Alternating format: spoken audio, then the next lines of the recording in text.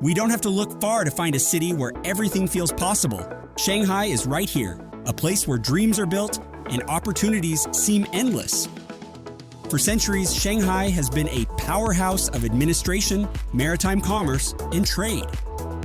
Back in the 19th century, its strategic port and economic potential put it on the global map, earning the admiration and attention of Europe. But does that story still hold up today? If Shanghai is the city where anything can happen, it's also the city where some things feel out of reach.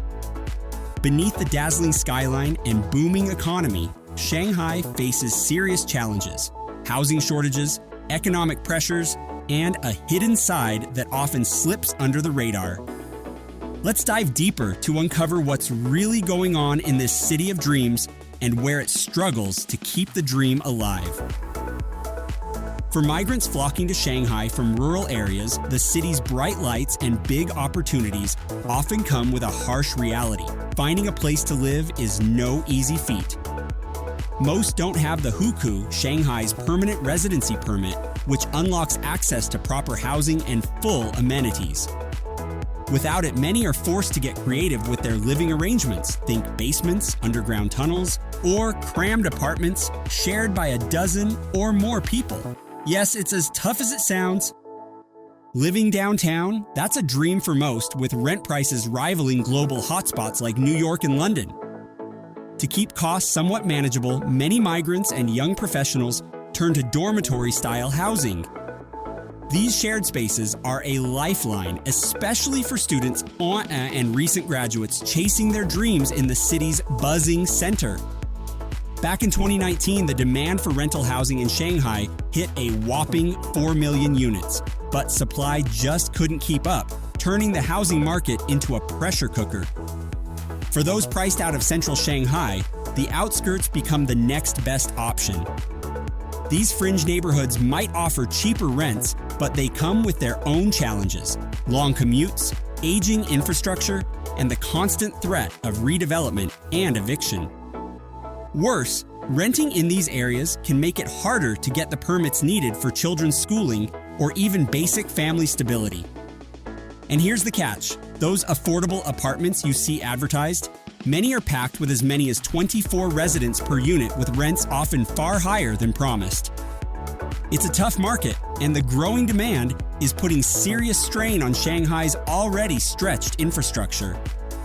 In a bid to ease the pressure, Shanghai's government announced in 2017 that it plans to cap the city's population at 25 million by 2035. The goal: reduce overcrowding, improve public services, and enhance the quality of life for everyone. But with the way things are going, managing the housing crunch is shaping up to be one of Shanghai's biggest challenges yet. As financial pressures rise in Shanghai, one might wonder, how's the city's famous marriage market holding up? Since 2004, this quirky yet deeply traditional gathering has taken over People's Park every weekend. Picture this: parents, grandparents, and sometimes entire families descend upon the park armed with hand-drawn posters, each a mini resume of their unmarried child. Their mission: to find the perfect spouse who meets Shanghai's famously high social and financial standards. These homemade advertisements list everything from age and height to job, education, and even zodiac signs. Yes, it's that detailed. Love? That's more of a bonus than a priority. The real questions are, do they have a stable job, an apartment, a respectable family background? In this market, practicality takes center stage, and feelings are something to work on later. For many parents, this is more than just matchmaking, it's a cultural duty. Traditionally in China, picking the right life partner has always been a family affair. And in Shanghai, where housing prices and social expectations are sky high, the stakes feel even higher. The ideal candidates: men aged 26 to 35 with solid careers and ideally property. Women, there's no shortage of them at the market, but here's the catch. For every man, there are 5 women looking for a match. The gender ratio is tough, but it doesn't deter the parents who faithfully show up week after week, hoping for that golden opportunity. While the market is open daily, it truly comes alive on Saturday afternoons, the prime time for matchmaking. Families pack the park, scanning profiles and negotiating meetups, all in hopes of setting up a Sunday date for their child. For many, it's a weekly ritual they won't give up until they find success. It's a fascinating blend of tradition and modern pressures, where the hopes of Shanghai's families collide in the busy paths of People's Park, all for the chance to secure a stable, prosperous future for the next generation. Beyond the matchmaking frenzy of the marriage market, Shanghai has another unique, and let's be honest, infamous claim to fame: the fake market.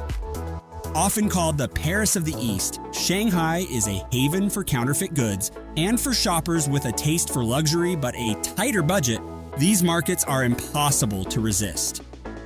Authentic designer items might be out of reach for most, but a convincing knockoff? That's a whole different story.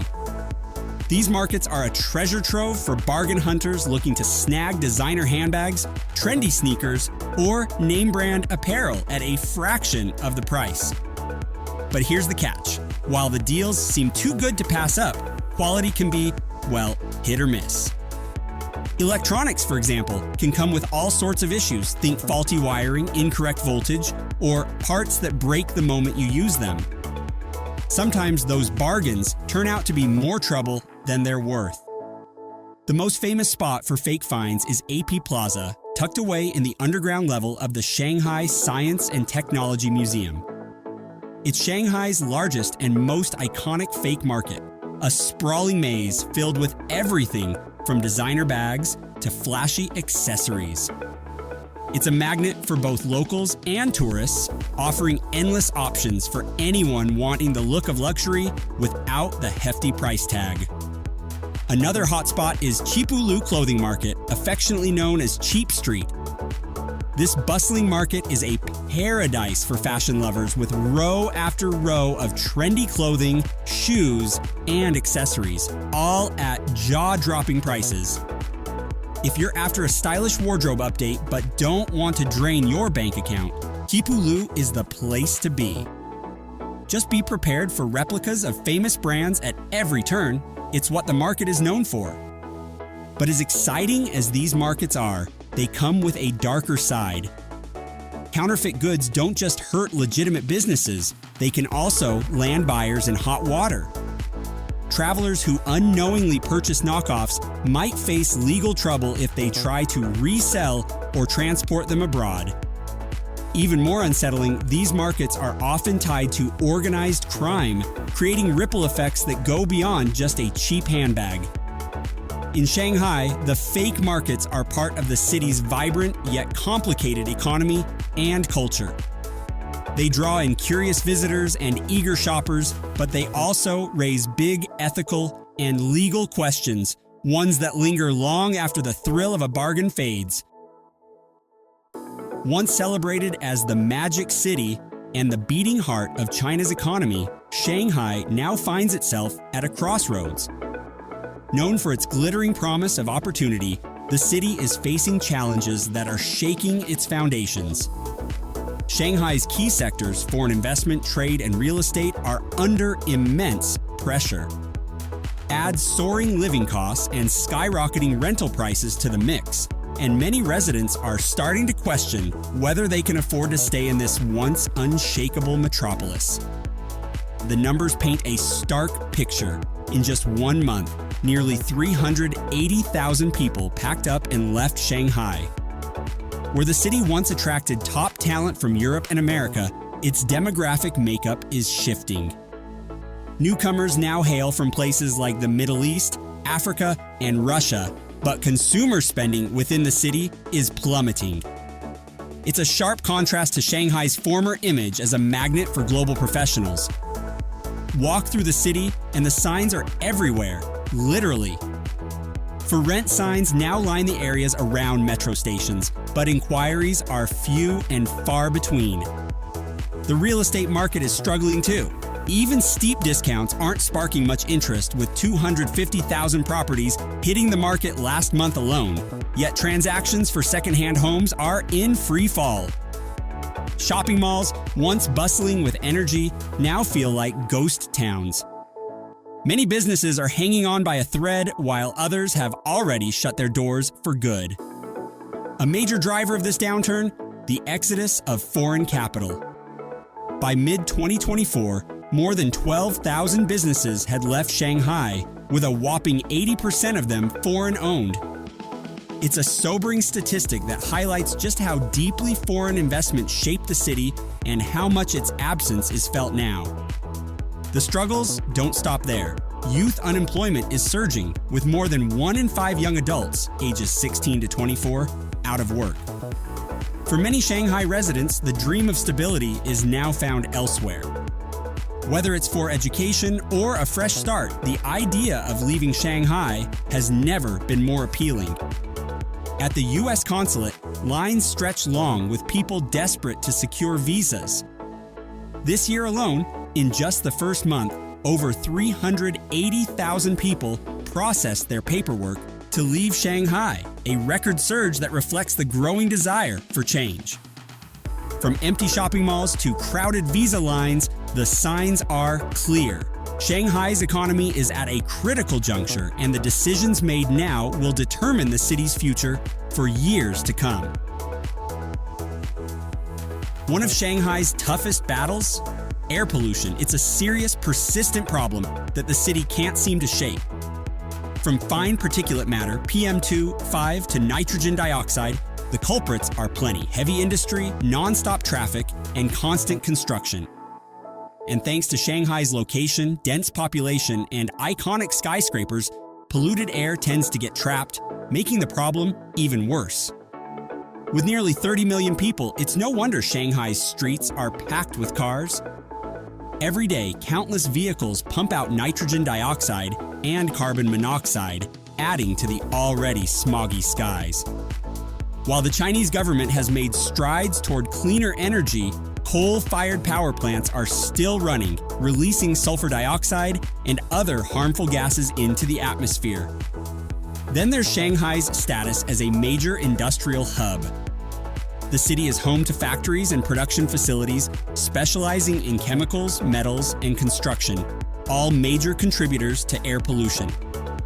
It's no surprise then that many residents feel the impact in their day-to-day lives. For those with respiratory sensitivities, it's a nightmare.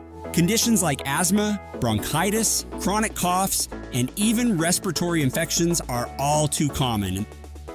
The biggest concern? Those tiny but dangerous PM2.5 particles.